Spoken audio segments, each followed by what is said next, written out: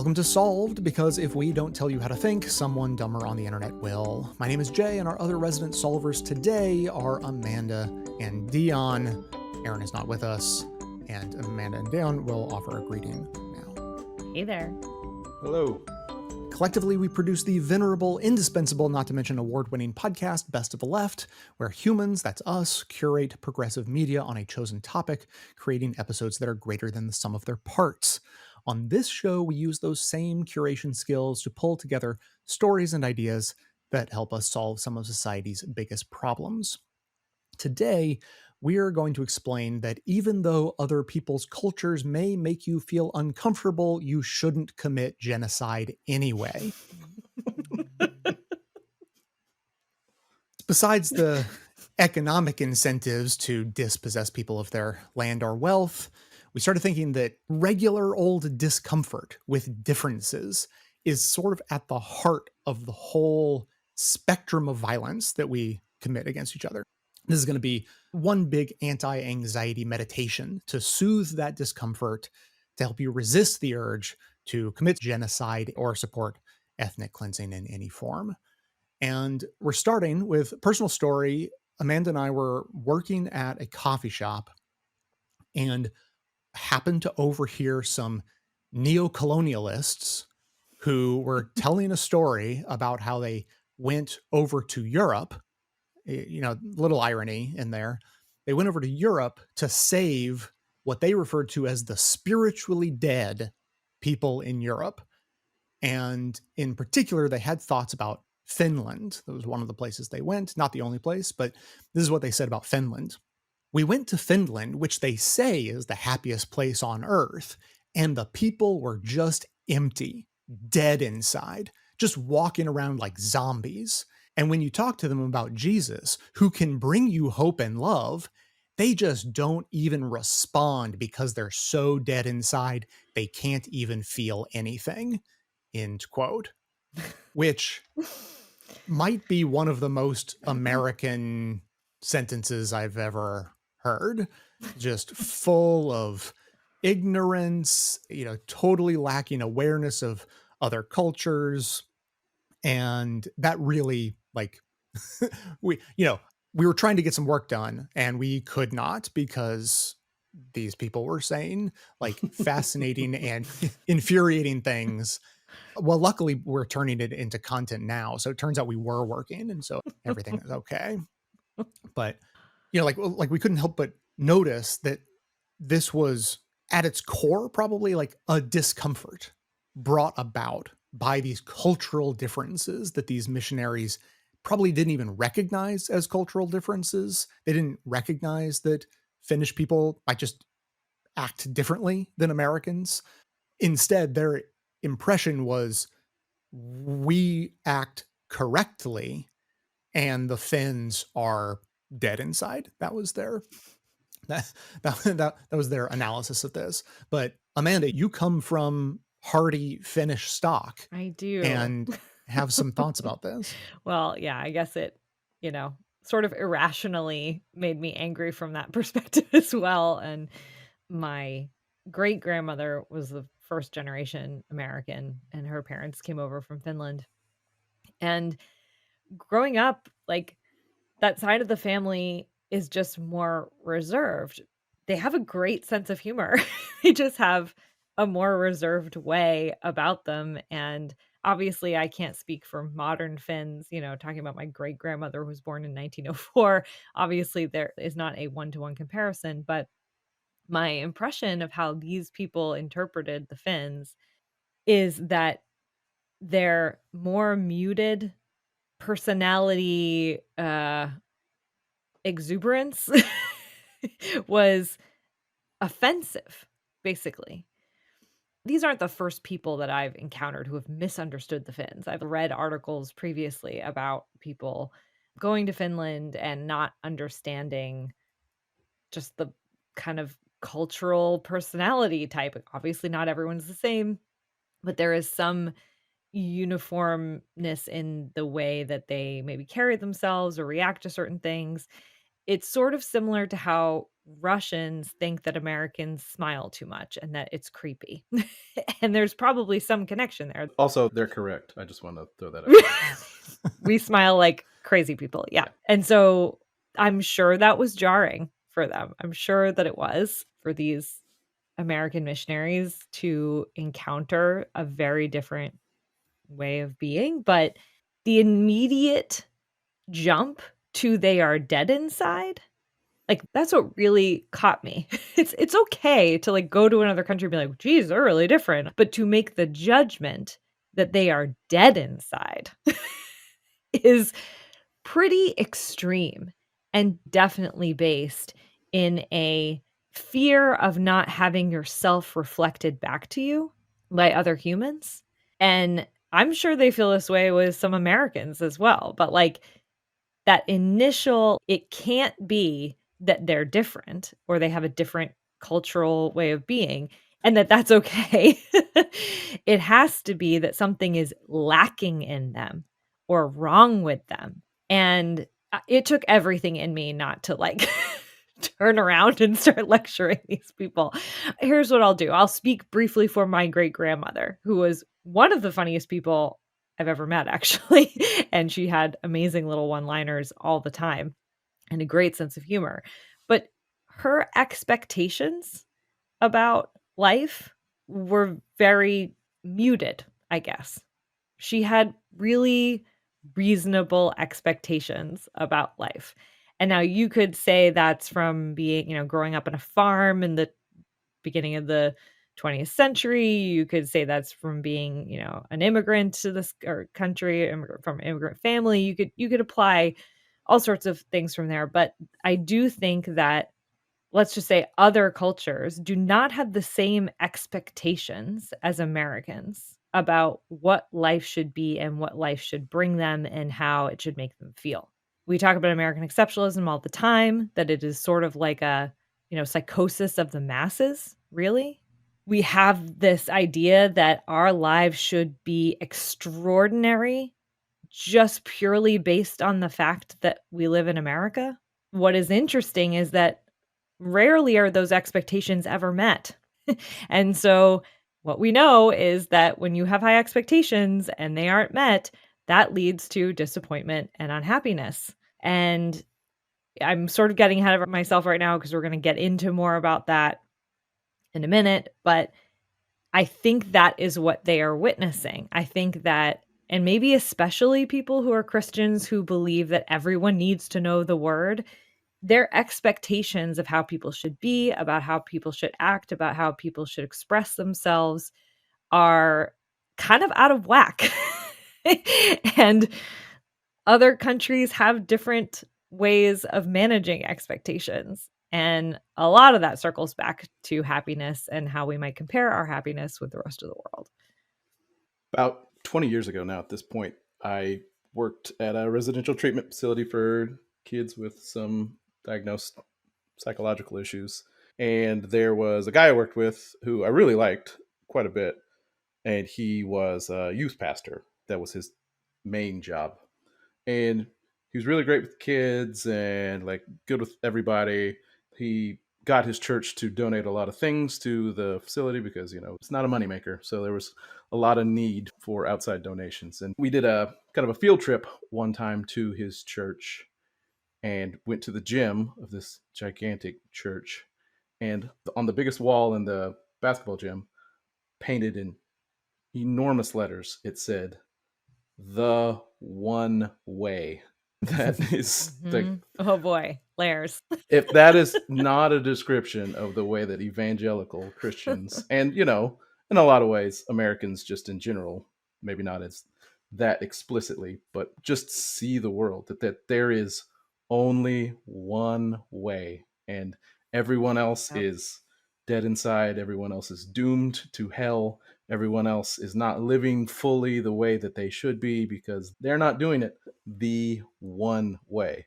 Yeah. And if that's how you believe, and that's really your thought process, it's not that big a jump to think that you have to get everyone to believe your way, possibly by force.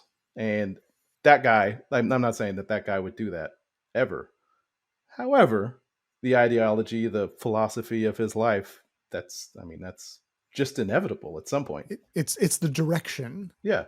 Yeah, some people are going to take it that way. Some people will be like, well, they're just going to go to hell and they'll be judged. And other people are like, it's my job to make sure that they're not Right. judged by God in this Right. way. And Yeah. here we are.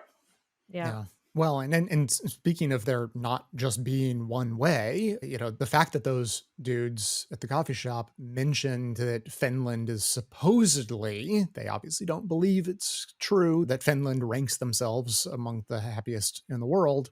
We went down that path a little bit. So the New York Times wrote the article, "My Miserable Week in the Happiest Country on Earth." And it was sort of like a travel log article about this woman's experience. She lives in New York, went to Finland to see what Finland was all about. And, her personal travels are not what we're going to get into, but she includes this sort of summary of the World Happiness Report and how they measure happiness and sort of what version of happiness they actually measure, which I think is probably different from what most Americans imagine. So it says, the first World Happiness Report, summarizing the state of its research, drew a distinction between two concepts: affective happiness and evaluative happiness. Affective happiness captures emotions, immediate responses to events, whether we are experiencing joy or sadness at one moment or another. Evaluative happiness is a more contemplative or systemic matter, mapping a person's overall appraisal of life and whether they are satisfied with theirs. Affective happiness is the realm of laughter, fun, picnics, parties. Evaluative happiness is tied to good health, sufficient income, social cohesion, safety. A crude synonym for evaluative happiness would be contentment.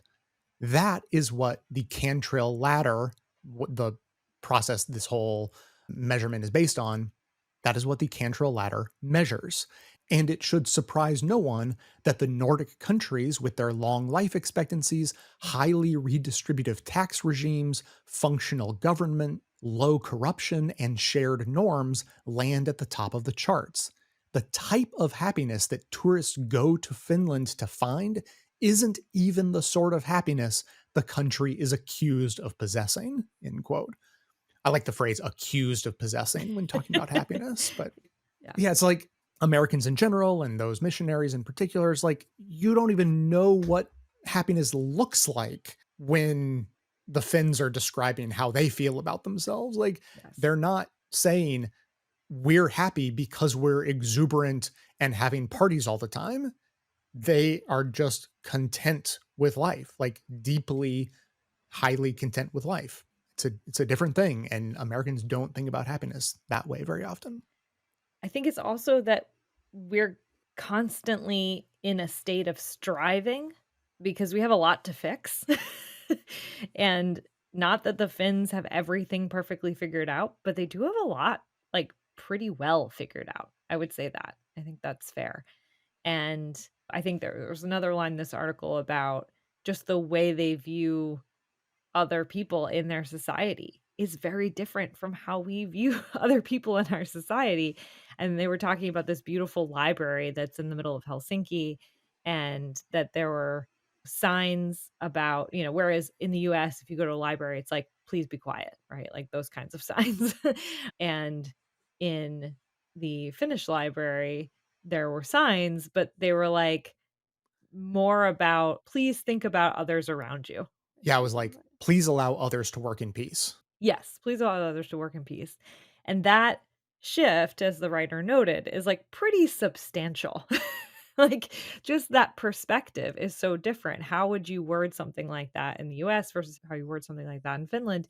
Yeah, she framed it as like, the American version is control yourself, and the Finnish version is recognize the existence of others. Mhm. Yeah, request to acknowledge the existence of other people. Yeah, versus a plea for self-control. And I thought that was a perfect example of what the missionaries were missing, right? Like, they could not even imagine a different paradigm that would not align perfectly to their own paradigm. And I mean, that's one of the beautiful things of travel is that usually when people travel, they have their minds open to new paradigms and new ways of thinking and new ways of evaluating the world around you.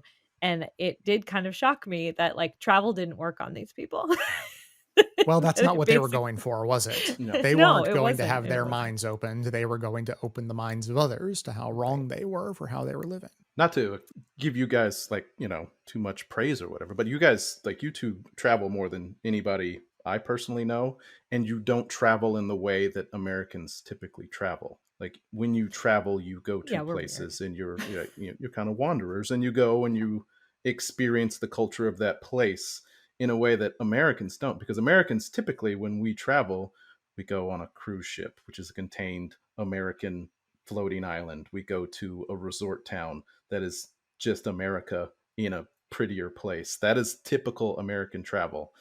It's not really experiencing what the culture of that place is. And like, travel the way that you guys typically do it, I think would be definitely an antidote to that way of thinking. And you would maybe be able to see that, oh, huh, maybe there isn't just the one way. But when you have a whole curated, Americanized form of travel, along with the fact that, you never actually have to interact with another culture fully, like, you're not going to get that benefit of travel. You're just going to punch a stamp on your passport. Yeah, it's much easier now to travel within the containment of your own culture than it has ever been in Yeah. history. Like the way that tours are operated, the way cruise ships operate, like you can go to many other countries and like almost never leave home. Right. That's true. Whereas it was easier for people who wanted to travel to have to engage with local culture in maybe past decades. So I want to make sure to include this other passage from that same article because the writer takes a stab at explaining the American approach to happiness and why it's so difficult to find contentment here. And it says, if Americans are exceptional in our approach to happiness, it may have to do with the insistence on treating the matter as a glittering mystery, a thing requiring pilgrimage or a course at Harvard or Yale to understand. It's a quandary we're tasked with solving, as with many quandaries in this country, like taxes and health insurance and self defense, on our own. In a land of maximal freedom, we can just as easily imagine ourselves becoming billionaires or dying on a street corner. And that's the line that set this whole thing in motion for me. Yeah, I mean, like with that kind of range, how can there ever be a sense of stability on which you build your life and your sense of contentment and your sense that I'm solid, things are going to be okay. Now let's focus on what makes life meaningful. And like all the time, if everyone in America is just a couple of bad pieces of luck away from dying on a street corner, then all of us kind of in the back of our minds think like, yeah, I can't just relax into contentment. I mean, Amanda, you said we're always striving because we have so much to fix, but on the individual level, we're striving because we fear what may happen if we don't, Yeah. to us personally.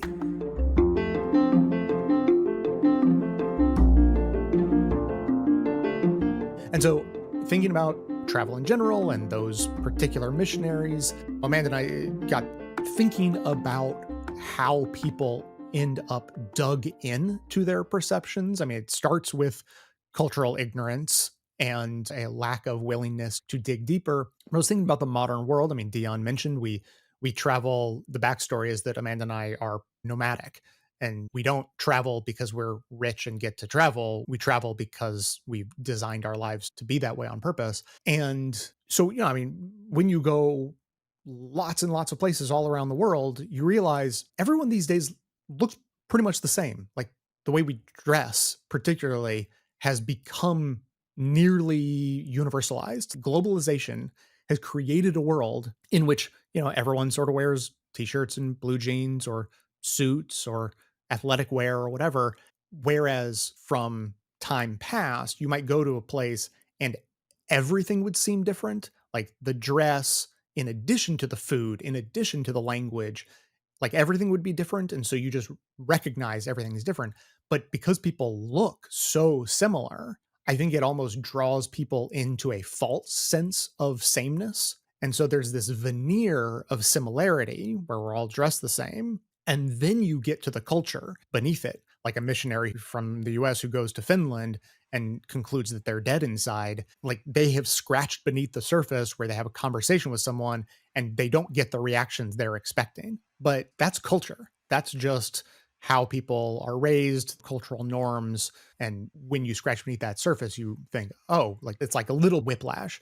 Like I thought we were all the same here. We all look the same. But now I'm talking to you and I realize you're different. Mhm. That's jarring or something. And it's beyond just the clothes. Like there might be a Starbucks and a McDonald's on their Exactly. city corners. Like there's a lot now in our world that feels like we should all be the same. Absolutely. Yeah. And so, Amanda, you framed this as the word that kept coming up in our initial conversations was imperialism. And Yeah. it's a spectrum, it's a huge spectrum, but that imperialist and sort of supremacist mindset is what's at the foundation of people should be like me. And if they're not, they're wrong. And we should also remember like other people in the world are traveling, right? And coming to our country and having their own type of culture shock. And I don't have the answer for this right now, but you have to think like, do they come here and go, why aren't they just like us? I don't think they do. That's my hypothesis. I think that Western imperialist culture is so dominant and so influential that we have a bizarro world reaction to other people on our planet. And that is driving that, along with hundreds of years of oppression and colonialism, is driving this knee-jerk reaction to say, why aren't they just like us? And if they're not, then feeling this panic like, oh shit, we have to do something about that, which then of course, as we've been alluding to, can lead to terrible places. Yeah. Like, for instance, Finnish people watch a lot more American movies than Americans watch Finnish movies Right. for all the obvious reasons. Hmm. But that's kind of what you're getting at is that other people get exposed to American culture long before Right. they necessarily get exposed to Americans or come to America. Like they kind of know what they're getting. Whereas Mhm. if Americans go out of the country, it's all foreign because Americans don't watch very many foreign films. I think this, like, it speaks to just the idea of whiteness in general, because this is the country of whiteness, right? Because when you said Western, Europe is included in this, Yeah. but there are distinct pockets of culture in Europe. Like a French person does not consider themselves British. Like Right. that's not the same thing. But you come over here to a French person and a British person, give it a few years, they're both just white. And that erasure of culture over time, I think, is leading to this feeling of, I don't know exactly the way to describe it, but I feel like there's just a sense of loss in America just for so many reasons. A loss of culture for immigrants coming over here, a loss of culture because of the destruction of native peoples, a loss of culture because of the importation of human beings to be Yeah. slaves. Like there's so many destructions of culture that have formed whatever this American culture is, that it makes it difficult to even imagine the idea of an existing culture outside of this, because we're not sure what this culture is. Like it's very difficult to say Yeah. what is American culture. And the first thing people will say is like football, baseball, like hot dogs, hamburgers, that kind of shit. Is that American culture? And then you get into the darker stuff and like violence and like all the other stuff. Like it's difficult to put a finger on American culture, but also we export it more than any other country, it seems. So we watched a comedian live once, so I have no idea who he was. I didn't write his name down, but I can't remember. He might have been Canadian. And he had a joke that was barely a joke. And he was like, what if cultural appropriation is my culture? And I was like, oh, Is white no. culture. Yeah. Is white Is white. culture. Yeah. Yeah. It's like, oh boy, that's heavy and probably true. So continuing on this conversation, Amanda and I just went on a little road trip and we're doing some reading. So some things we're talking about today are quotes pulled from these books. And we've been reading this book, A Wilder Shore, which is a biography of Robert Louis Stevenson and his wife. Stevenson, the author of books like Treasure Island and Dr. Jekyll and Mr. Hyde, among others. And this little passage is about Stevenson's trip across America. His wife was American, he was from Scotland. And so he came over to America and he did the classic trip, like steamboat to New York and then train from New York to San Francisco. And he wrote all about it. Classic 1890s trip. Yeah. Sure, exactly. And so, like, this passage is about a person meeting other cultures, but in the 1800s. My take from it is that, like, you'd think that meeting foreign cultures 150 years ago would be much different than today, but it's actually not as different as you might think. And so the book says, at a station restaurant in Pittsburgh, he was waited on by a colored gentleman, that's in quotes, so that's how he described him, the first Black person he had ever encountered. Despite Lewis's relatively enlightened social attitudes, it should be noted that he was not entirely free of the prejudices and insensitivities of his day.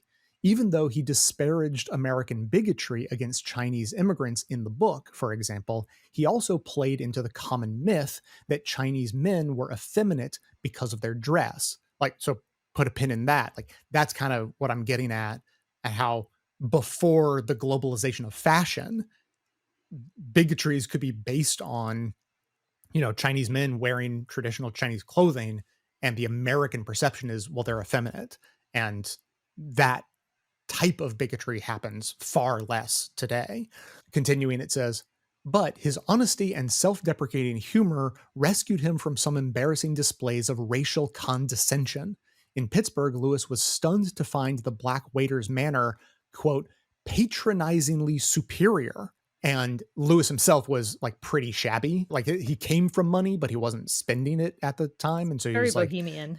he was very bohemian and, like, not looking great at this time. And so this Black waiter probably outshined him a bit during this exchange. So Lewis writes about it. He says, he was indeed strikingly unlike the Negroes of Mrs. Beecher Stowe. That's the author of Uncle Tom's Cabin, which was hugely popular in Europe. So lots of people would have read it at the time. Or the Christie minstrels of my youth, think of the minstrel shows. And he says, I had come prepared to pity the poor Negro, to put him at his ease, to prove in 1,000 condescensions that I was no sharer in the prejudice of race. But I assure you, I put my patronage away for another occasion and had the grace to be pleased with that result, end quote. So he's like, I came ready to pity them, and then this guy, like, outshined me, and I was like, oh, he doesn't need my pity. He's doing okay. And that's a really interesting experience to have had. I mean, first of all, like, the limited knowledge available. I mean, he literally never met a Black person in his life. And that's how you end up with these, like, whiplash, whoa, things are not how I imagined from the very little bit of knowledge I thought I had, right? But that is, like, far more reasonable 150 years ago. And you'd think that we would have just dispensed with that by now. Like, you just think that people would have a greater understanding of cultural differences. We have so much more access to be able to understand cultural differences before we experience them. And yet we don't. People go on trips and they don't know what they're in for. Those missionaries went to Finland and didn't know what Finnish people were like. And so, we have the ability to know ahead of time, but in many ways, people go out into the world just as ignorant as Robert Louis Stevenson did in the 1800s. The line about the clothing being effeminate, what that sparked for me was, and this relates to everything we've just talked about, it shocks me that anybody can be in this world of billions of people and hundreds of nations and not fully anticipate and expect other people who live thousands of miles away from you to be very, very different from you. Like, that's what I find kind of interesting, in that there's this, it is to some degree a human reaction of, like, I see something that's different, I see another person that is different, and then I must make a judgment about them through my own lens, even though it should be very obvious to all of us that like we are all experiencing the world through our little lenses. And the idea that wearing flowy clothing, because that's what this is about, Chinese men were wearing sleeves that were wider and more flowy than, people from the white Western world. That had to be seen through an existing lens about gender dynamics and what is appropriate attire. And I think that's bonkers. Like I can't even there is no logic in that whatsoever. And yet it happens all the time and has happened throughout history. So there is something illogical and yet extremely common about not remembering that we are just in our little tiny corner of the world and that everything we see outside of that corner of the world is shaded by our own lens and hyper culture that we experience and grew up with. And so that's why it's bizarre to me that missionaries can go to Finland and have all of these judgments and all these thoughts. Like, of course they're going to be different. Of course. Even the people states away from me, and this is another conversation we had that tied to this whole topic. I go to visit family in Texas sometimes, and we drove out to this neighborhood in a like wealthy part outside of Dallas because my niece had a dance class out there or something. And I was like, why do people live here? It is barren, flat, nothing. And when I say nothing, I truly mean nothing. Not a tree, not a rock, like just like absolute barren flatness. And what people have done is moved out there and built McMansions in neighborhoods in the middle of absolute nowhere.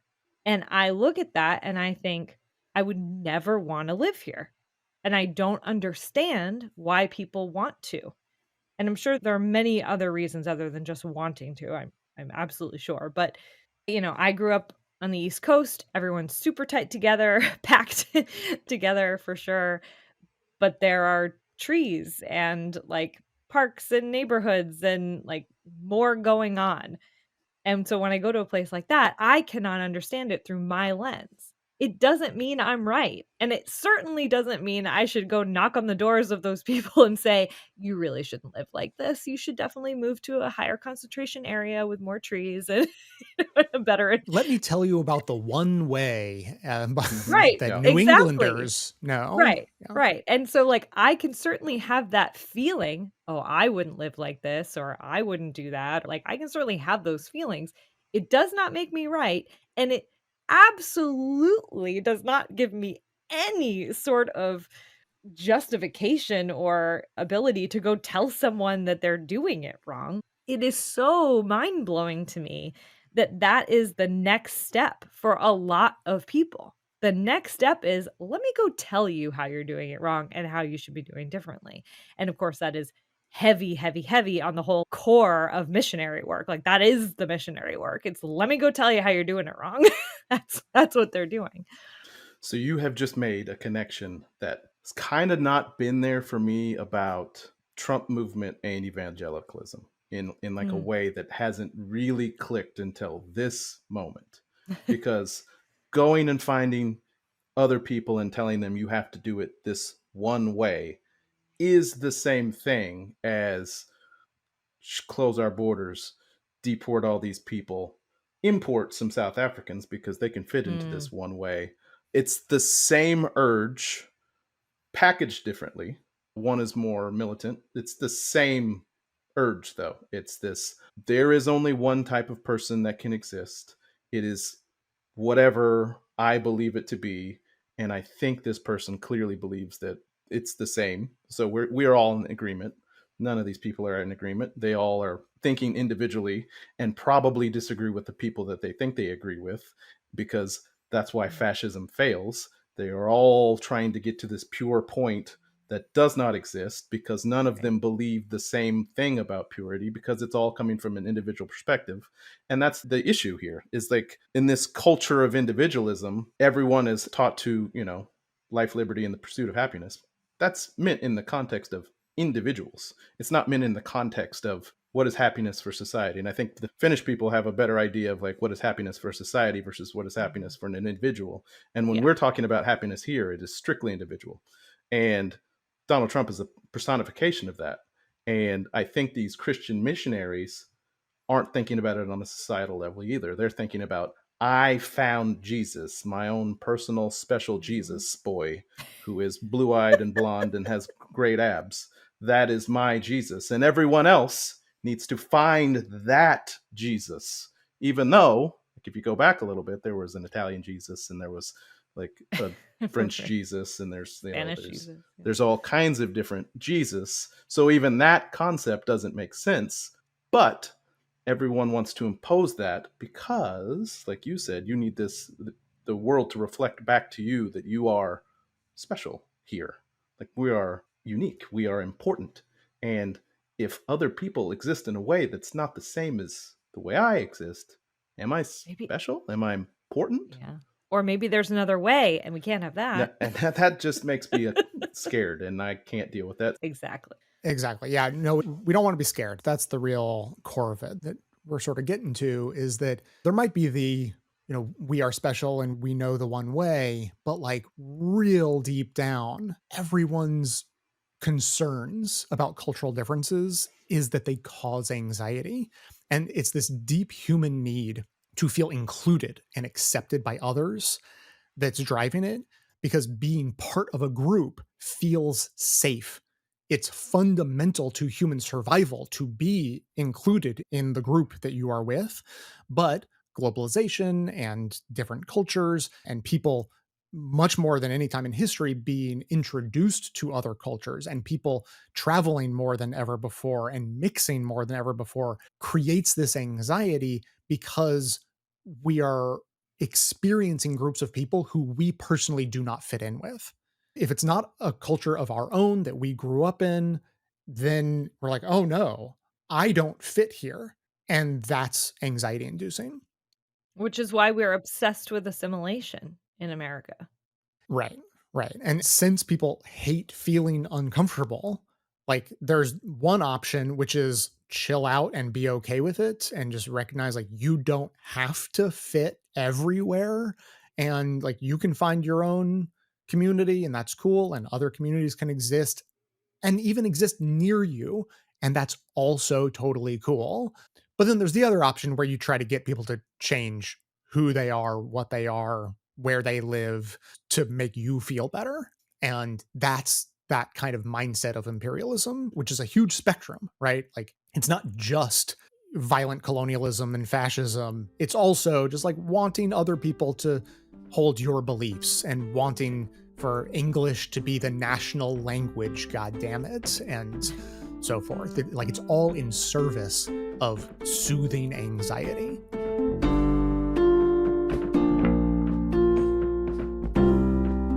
And speaking of anxiety, another thing we do to soothe anxiety is, turns out, believe in conspiracy theories. So another book we've been getting through, but very slowly because we only read it on road trips and we don't go on very many road trips, is Naomi Klein's Doppelganger. And so Naomi Klein writes, the point, consciously or not, is to foster denial and avoidance. The point, she's speaking of conspiracy theories, the point is not to have to do hard and uncomfortable things in the face of hard and uncomfortable realities, whether COVID or climate change, or the fact that our nations were forged in genocide and have never engaged in a remotely serious process of making repair. Denial is so much easier than looking inward or backward or forward. So much easier than change. But denial needs narratives, cover stories, and that is what conspiracy culture is providing, end quote. So yeah, this denial, this belief in conspiratorial junk science relieves us from having to confront hard truths about oppression. For instance, like some recent news, the Trump administration just declared that race is a biological reality, which is not true and has been well established by science. But saying that race is a biological reality is the gateway to allowing yourself to believe that people of different races are fundamentally different, which then allows us to believe that major differences in life outcomes for those different races isn't the result of structural oppression. Like, it's just a natural outcome instead. And that relieves our stress. People can be relieved of the anxiety that they may be benefiting from or helping to uphold elements of racism in society. And that's a huge load off. People are mostly good. People want to be good. People want to see themselves as the good guys. And if you believe that you're benefiting unjustly from an unjust system, that doesn't feel good. It feels better to be told, actually, race is a biological reality. And so maybe inequalities that we see in the outcomes between white and black people or other races, maybe it's a problem with them and you don't have to worry about it. And that's a huge anxiety release for anyone with a modicum of a conscience. It's not the correct conclusion to come to, but it feels better and is a nice way of avoiding hard truths. There's a joke from Rory Scovel, comedian, and he's talking to That was a his, good warm-up act. yeah, I'm looking forward to this joke because yeah. everyone's primed to laugh. No, yeah, it's he's talking to his daughter in front of his wife, and I think I've said almost exactly what he's about to say at some point. And his daughter, who's 6 or 7, which is about the same age as mine, says, "Hey, what happens after you die?" And he says, "Oh, no one knows, and if anybody tells you, they're fucking lying to you." And his wife's like, "Oh, hey, chill. Maybe not right now." He's like, "Well, I'm just trying to have a formative memory here. So let me cook." But that's kind of how I feel about all of this, is that there are so many people that are just sure that they know the one way, and you could just push forward with it, and you don't have to worry about all this other stuff. You don't have to worry about the gray and the messy parts of the past or the messy parts of society right now, because if everyone just did it this way that I have in my head, everything would be fine. If everyone just acknowledged that race is a biological fact, everything would be fine. If everyone acknowledged that, I guess, germs aren't real, that's a way we're going right now, and it's just the good genes versus the bad genes that cause people to die, we wouldn't have to worry about any of this other stuff like research on medications or anything. It's all these simple, childish answers to complicated society that I think a lot of this culture of trying to make everything the same makes people feel more comfortable. Not everything's the same. Life is complicated. Fundamentally, we don't know why we're here. We don't know what happens after. It's all a mess. And living in that mess is very uncomfortable. So it is easier to tell a kid, I don't know. What happens after you die, whatever the Bible says. Or, all this other stuff. Like that, whatever Trump says, like it must be true. Like it's easier. It is easier. It does cause some relief of stress. And I think that's a thing that we on the left need to reckon with, because like this show, we talk about nuance all the time. That's this show. It is a nuance show. And you guys on a road trip listening to Naomi Klein's Doppelganger. If that doesn't say that you're not trying to just do normal fit in life, I don't know what is. Because that's not the typical American lifestyle. It's a beach read. Sure. Oh boy. Whoa. So speaking of finding odd things to take comfort in, on this road trip, we were switching between Doppelganger and I think when Trump was reelected, I bought Carl Sagan's Demon Haunted World to have at my disposal to sort of, it's the good book I take comfort in. It's someone who is not going to be swayed by mis and disinformation and sort of provides the guiding path to live by science-wise. It's still so relevant. Oh my God. It is deeply relevant. So we switched between Doppelganger and Demon Haunted World and others on this trip. And by switching, we came across these two quotes that, when read back to back, are slightly startling. So the first one from Demon Haunted World, Carl Sagan writes, "Each field of science has its own complement of pseudoscience. Geophysicists have flat earths. Botanists have plants whose passionate emotional lives can be monitored with lie detectors. Anthropologists have surviving ape men. Zoologists have extant dinosaurs. And evolutionary biologists have biblical literalists snapping at their flanks. Archaeologists have ancient astronauts, forged runes, and spurious statuary. Physicists have perpetual motion machines, an army of amateur relativity disprovers, and perhaps cold fusion. Chemists still have alchemy. Psychologists have parapsychology.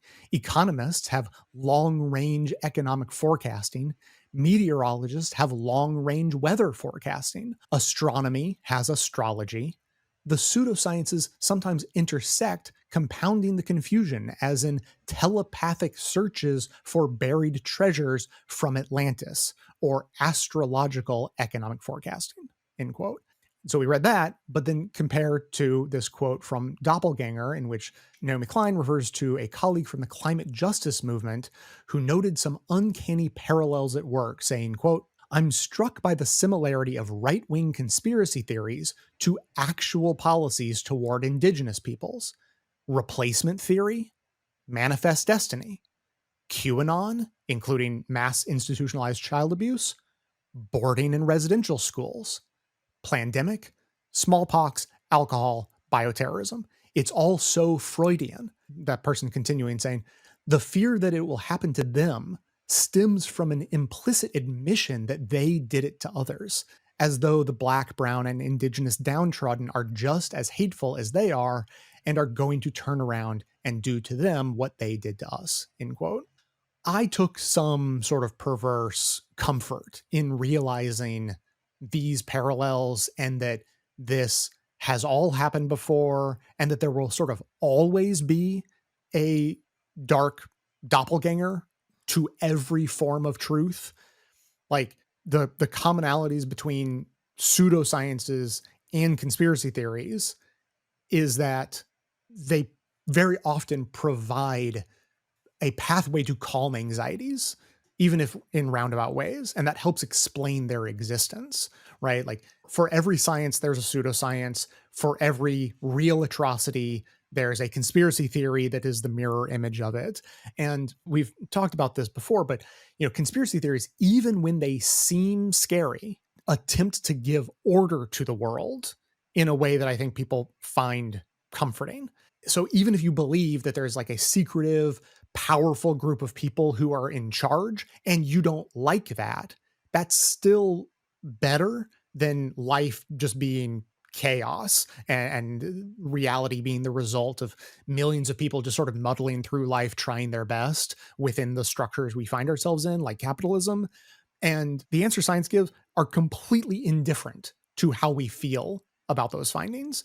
But pseudosciences often promise something sort of comforting, right? Like reading the future in the stars or long-term economic forecasting or weather forecasting, or even just the general idea that there is this hidden form of knowledge that you don't have access to, but some people, like a few powerful people do, and they're using it to control the world or humanity or society. Like it gives a sense that there is more control over the course of history than there really is. The unfortunate truth is, no, a lot of it's chaos and people just kind of muddling through and shit happens. But that's not comforting. People don't like that. They like for there to be a plan, a path, someone in charge.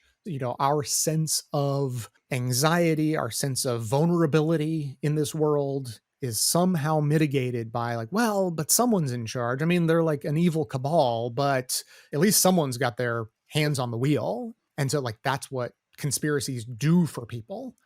And so that it helps explain and help clarify for me this perpetual existence of pseudosciences and conspiracy theories because they're a response to deeply held anxiety. So it's understandable. It's not great because what do we get when we combine anxiety and conspiracy theories? Turns out that's the direct pathway to dehumanization and genocide, because those are the tools that get used, the feelings that get stirred up in people to take advantage of others. And there's usually an economic element to it.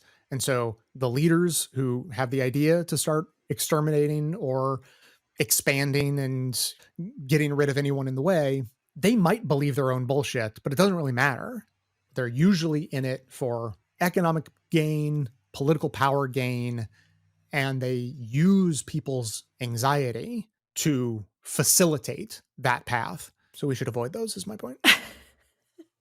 Well, I'm going to go back briefly to just talking about happiness in connection with the increase in desire to follow conspiracy theories, because while there have always been conspiracy theories, we are living in a time where they're much more easily spread.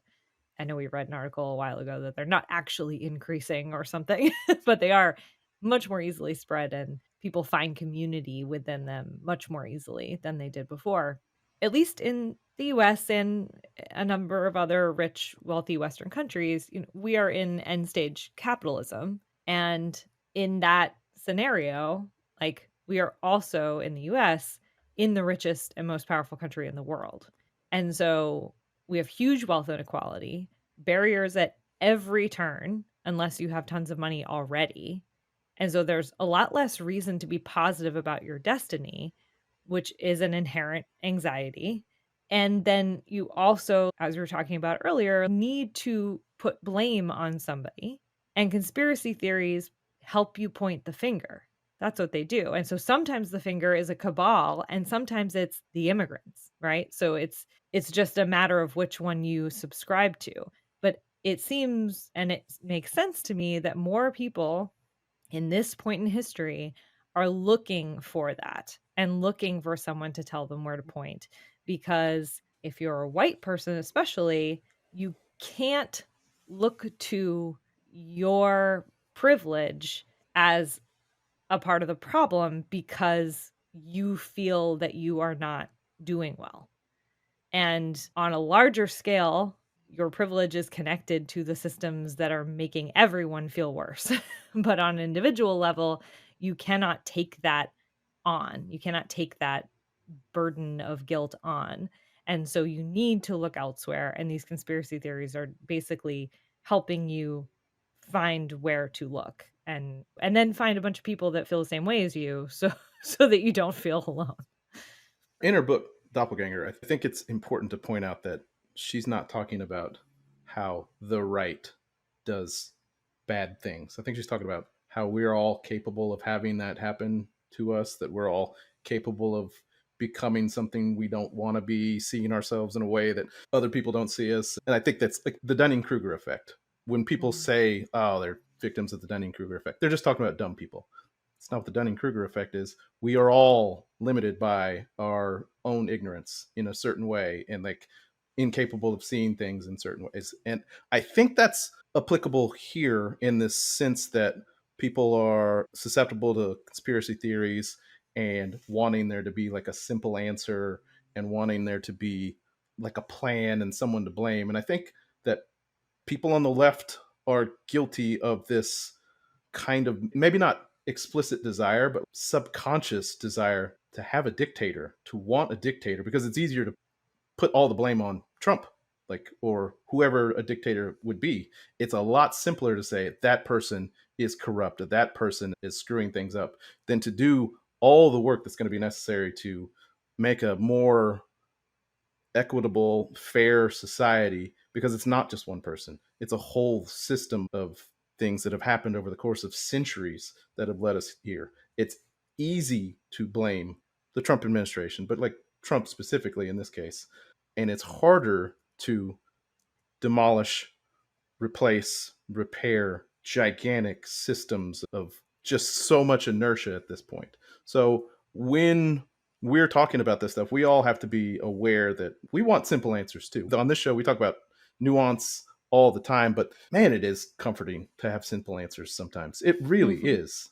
And it does feel better when you do have some sort of sense of what things are, how things are. And conspiracy theories do that so well. Well, you got X, Y, and Z. I figured it out. And instead of X, Y, Z, 1, 2, 7, 4, 9, all these other factors that go into every single situation. And when you do that, it's kind of exhausting. I think just talking about this for some people and how we clearly enjoy things that maybe other people wouldn't enjoy. Maybe the book Doppelganger isn't a fun read for other people, but I think that's what we're trying to do, is we're trying to find some sort of comfort and some sort of answer to things in a different way. And we are all susceptible to ending up with a simple answer and moving forward from that, as opposed to just living in complexity.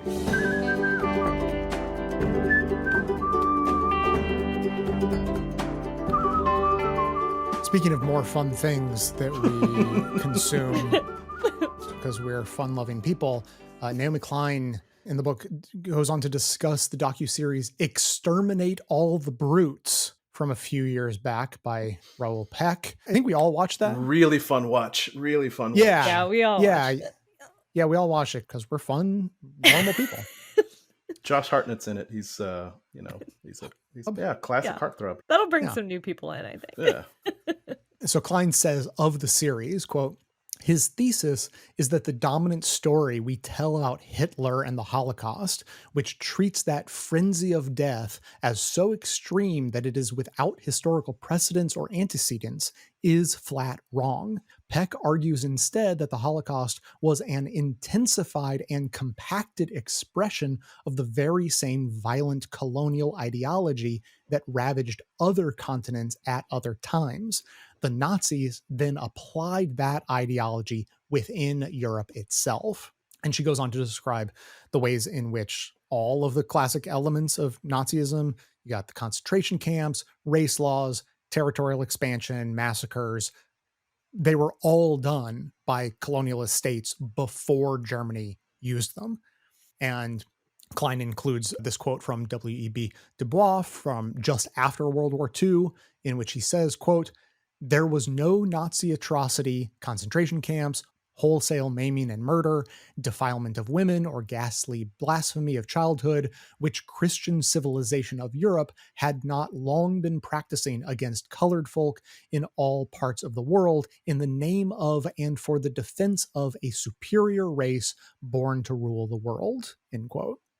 And she hastens to clarify that, like, none of this is meant to downplay the horrors of the Holocaust, but to add context to it, which is so often missing. Because if we don't learn the right lessons from history with all of the context, then we're less able to guard against repeating the worst of it. And so, highlighting this idea, Klein adds, quote, the flip side of the post-World War II cries of never again was an unspoken never before. The insistence on lifting the Holocaust out of history, the failure to recognize these patterns, and the refusal to see where the Nazis fit inside the arc of colonial genocides have all come at a high cost.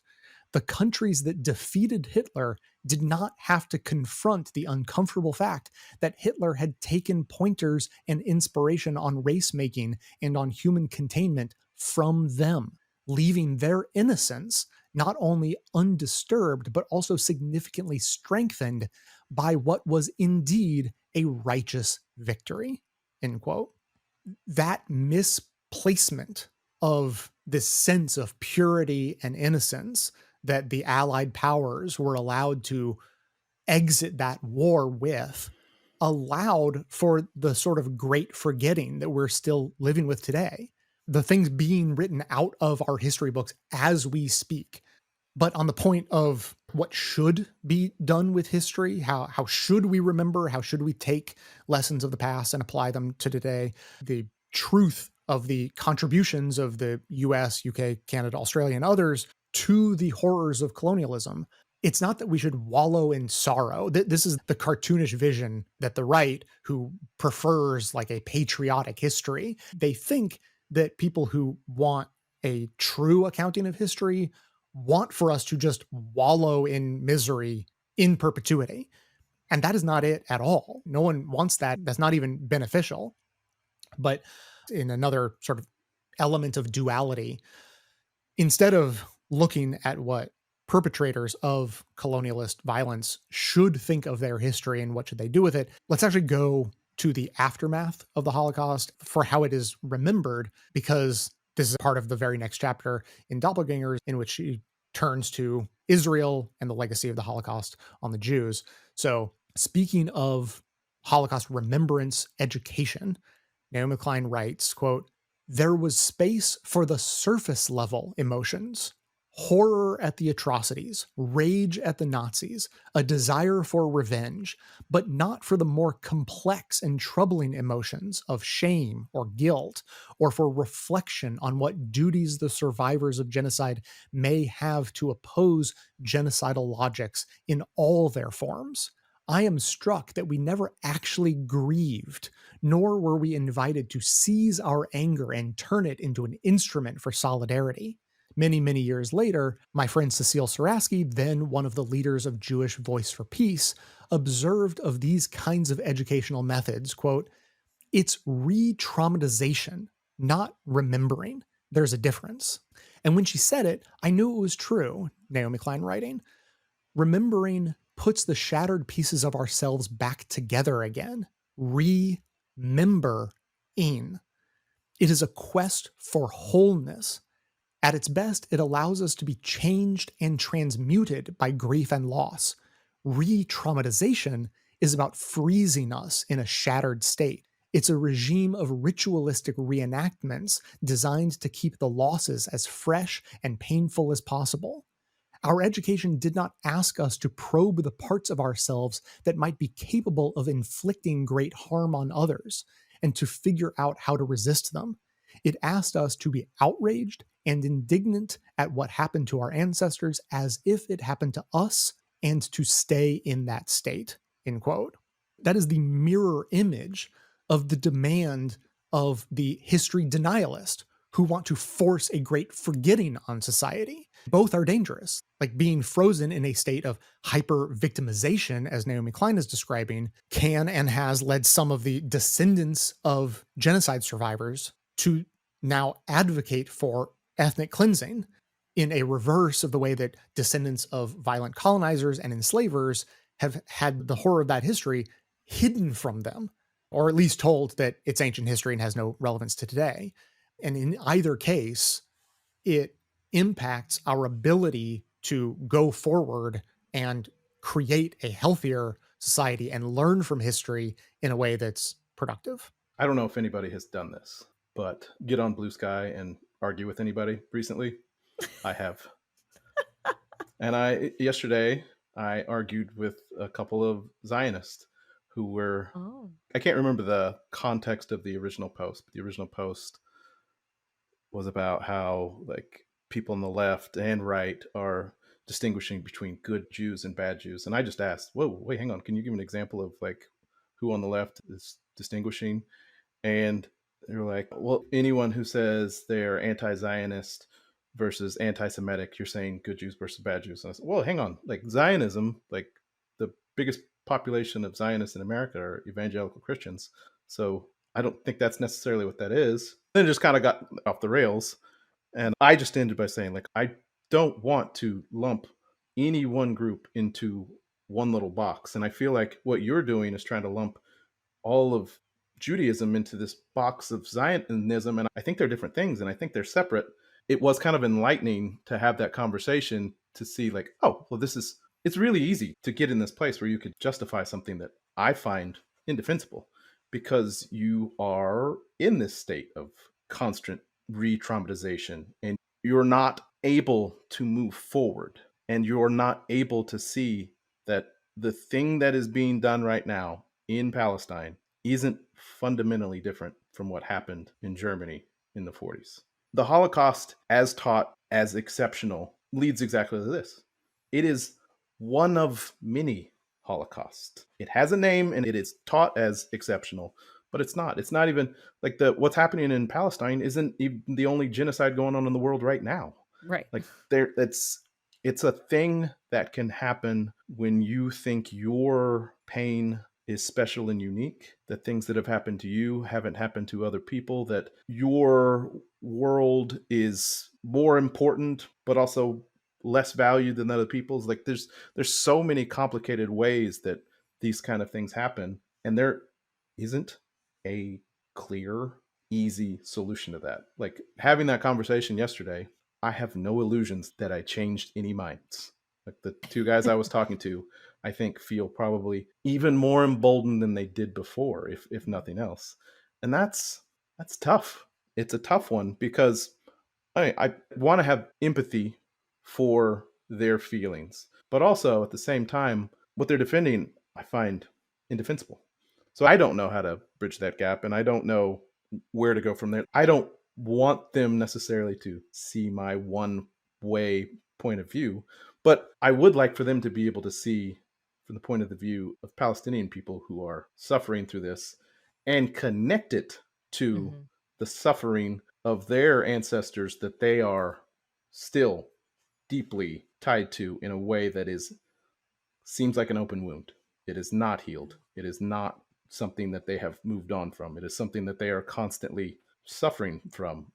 I mean, it's a cliche, but the cliche, the hurt people, is true in this case. There is a society of hurt people who have been told how hurt they are as a matter of almost policy and And a historic. collective and Yeah, generational trauma. I mean, yeah, and it's told that way, and the healing component is often left out.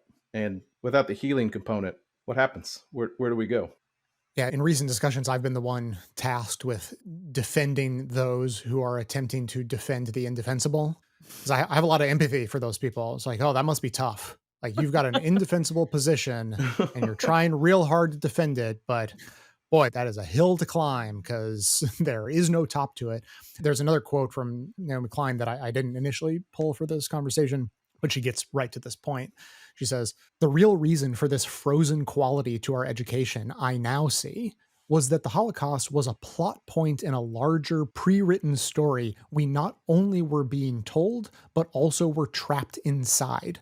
A phoenix from the flames narrative that began in the gas chambers of Nazi controlled Europe and ended on the hilltops around Jerusalem. Though there were certainly exceptions, for the most part, the goal of this teaching was not to turn us into people who would fight the next genocide wherever it occurred. The goal was to turn us into Zionists. And I mean, what you're describing, Deon, is that sort of beginning with a premise and working backwards. Like their premise is that Zionism is Judaism and that Zionism is the only reasonable response to the Holocaust. And so everything has to fit inside that box because that's the premise. And if something doesn't fit inside that box or something inside Zionism actually helps lead to another genocide, it just has to be denied because there's no way out. They're already trapped inside that mindset. It's too difficult to take that big step back that Naomi Klein is sort of describing is needed, is to not be frozen in a state of hyper victimization and conclude with Zionism, but to try to learn from that victimization and find a path forward that's beneficial for everyone. With that, like I think it's important to say, like we talked about conspiracy theories earlier, and any conspiracy theory you go too deep into, you're going to end up at anti-Semitism. Mhm. Anti-Semitism as a form of bigotry, one of the oldest. It's like the most consistent. So that ever-present feeling of that's the go-to. That's always around the corner. Like, be careful, someone's going to say the Jews control XYZ. The Jews did this. That's just a reality. So that right there makes it easier, I think, to just push aside any argument and say, well, like you're just being anti-Semitic, like because a lot of time they'll be right. right. Right. Sure.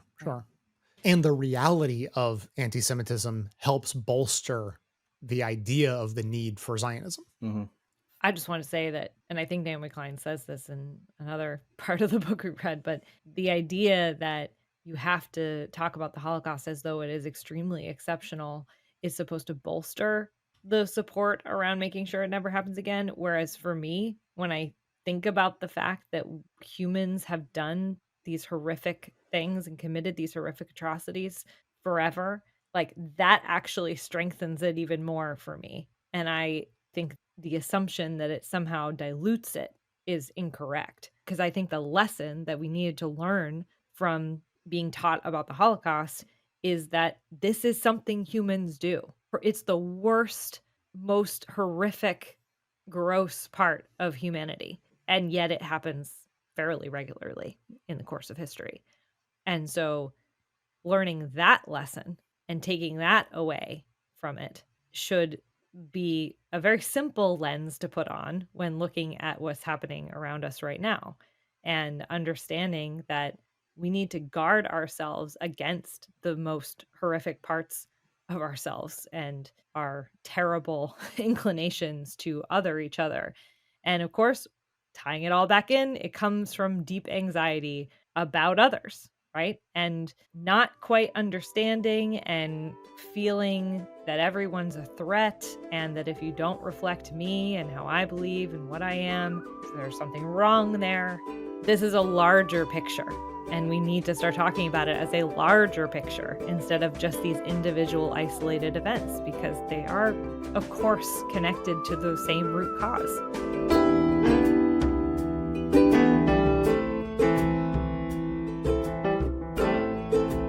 So, as we were having the proto discussion that turned into today's show, we sort of started wondering, how do we conclude this conversation? We're talking a lot about anxiety and the extremely dark places that can lead, including dehumanization. And so we sort of landed on, okay, humanization. How do we get back to that place? And there was actually another passage in the same biography that I said was about not only Robert Louis Stevenson, but also his wife. And they were both writers in their own right. And Fanny, this woman who would go on to marry Robert Louis Stevenson, wrote an article about a Chinese funeral at the height of anti-Chinese sentiment in California. So this is what the book says about that. It says, Fanny did break through cultural barriers briefly when she observed an old woman and a young mother speaking softly near the coffin. She could not understand their words, but from their tone and gestures, she imagined their conversation and pain, and she felt a connection to them. Quote, the young woman's patient sorrow and the old woman's kindly sympathy made them seem nearer to the humanity which I know, and less related to the remote and strange civilization of the East, end quote. And so what we sort of realized is that if you zoom way out, like we were also reading Carl Sagan, the science communicator, and is famous for talking about the pale blue dot. It was a picture taken by the Voyager spacecraft. And, it's like a tiny speck of blue in a giant field of blackened stars In a sunbeam. in a sunbeam. And he talks about how, we and everyone we've ever known and everything in all of history has all happened on that one pale blue dot floating in space. So if you zoom way out, you can see humanity collectively in that way. But if you also zoom all the way in to a very human moment, like grieving the death of a loved one, that is also where you will see the universalities of people's humanity. Now, if you're not careful, you may realize that some non-human animals also grieve death, which might give you some uncomfortable feelings and anxiety about the perceived differences between humans and other animals, but we're not talking about that today, so don't worry about that. But, we talked toward the beginning about the globalization of fashion, right? Makes us all look the same. You scratch beneath the surface and you have cultural differences that may cause anxiety or stress or fear of difference. But it turns out the answer is keep digging, dig further, and you realize that everyone's culture is built on a foundation of humanity that actually is the same. Miss Rachel, the toddler whisperer, Oh, yeah. has recently had some controversy because she thinks that Palestinian children are children. And there's videos of her meeting this little 3-year-old, just adorable girl who, her name's, I think it's Rahaf. And she's just a kid just playing, running around, but not running very well because she's a amputee. She lost both of her legs in an airstrike. I think if you lighten your heart just a little bit, no matter what you think about what's going on in the world, if you look at that little girl and you can see anything other than every 3-year-old kid in the world it makes it easier to think that, we're all just people, because fundamentally kids are all kids. Like all the other stuff, it's kind of added on later. Like culture is, for the most part, it's artificial, it's manufactured, it's from place and time and whatever, but kids are kids. I think what she's doing is exactly the right way to go forward, because that little Palestinian girl isn't different than an Israeli little girl. They're the same kids. They want the same things. We add a whole bunch of bullshit along the way to get us here to where we all feel different. And in ways we are, obviously, but fundamentally, we're the same. There was a sign at the Hands Off rally that said, "My love for my daughter is no different than a Palestinian mother's love for their child." And it kind of struck me as something that shouldn't have to be said. It just seems so fucking obvious. Like, why do we need to say that? But apparently we do. Apparently we need to say often and, as much as possible that at the very, very core of everything, love is the same. Love is the universal thing. And I don't care if that sounds cheesy. That's just the truth. And the last thing I want to end with today, there's a little bit of Finnish wisdom buried at the very bottom of the article we referenced before. Deon, I didn't send this to you ahead of time because I want your reaction live. Okay. And Deon said something almost identical while we've been talking today. Okay. I'm going to have to pull that later. So, the Finnish happiness, as we described initially, as being much more closely tied to the idea of contentment, like that is the effective opposite of the drive for more, or the need for conquest, or the anxiety that leads to dehumanization and genocide.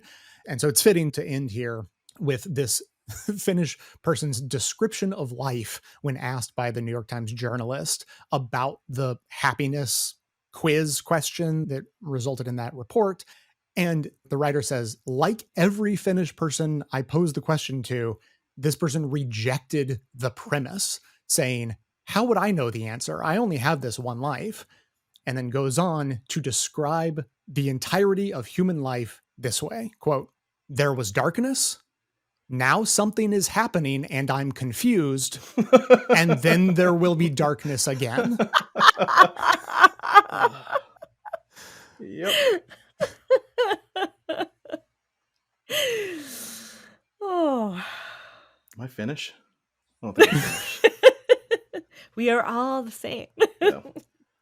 Oh boy. And if you're not confused, you probably have some undue certainty that comes from somewhere not based in reality. Like the true shared experience is we're all here, something's happening, and we're confused about it. Did we solve humanity just now? Oh. I don't think so, because the show still needs to go on a little bit. So if we did that, like, there's no reason. For yeah. So we haven't solved it. Yeah, yet. you got it. We're getting close. Yeah. We've made inroads.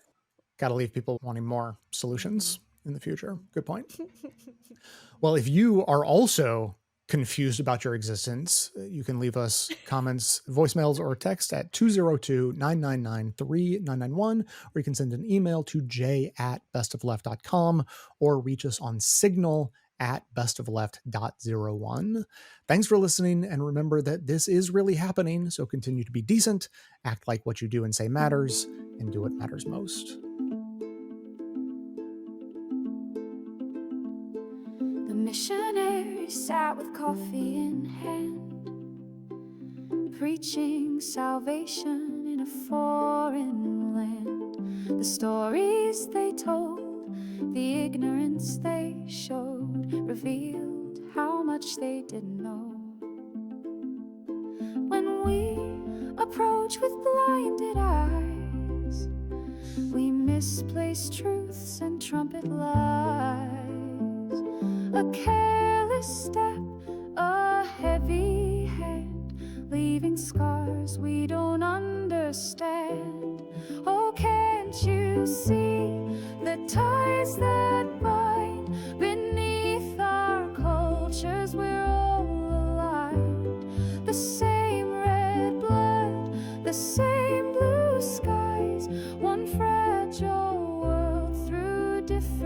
eyes.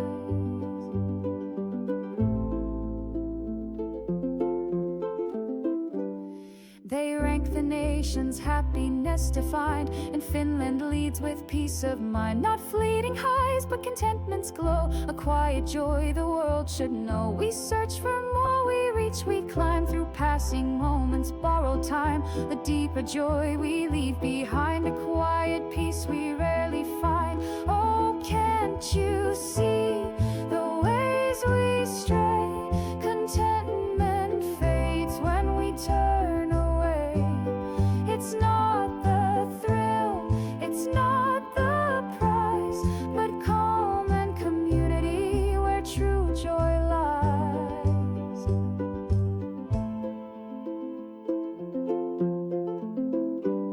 It's not just lines on maps that part, but cultures passed on and paths we chart. From woven roots to chosen lanes, each life unique, yet much the same. Sagan showed us the earth in a cosmic sea, a mote of dust in infinity.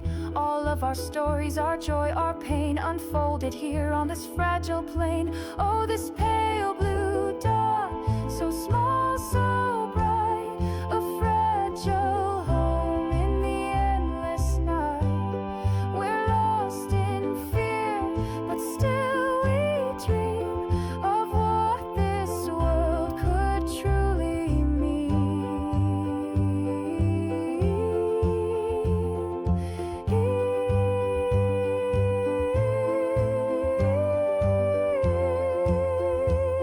When fear takes root, suspicion breeds a fertile ground for endless greed. They rally us with hate and lies, to take, to burn, to brutalize. But in the tears of grieving eyes, our own reflection realize. So take a moment, look within, beneath the surface, beneath the skin. The same red blood, the same deep pain, the humanity that binds us will remain. On this pale blue dot, so small, so bright, we'll find our way through the endless night. On this pale blue dot, so small, so bright, we'll find our way through the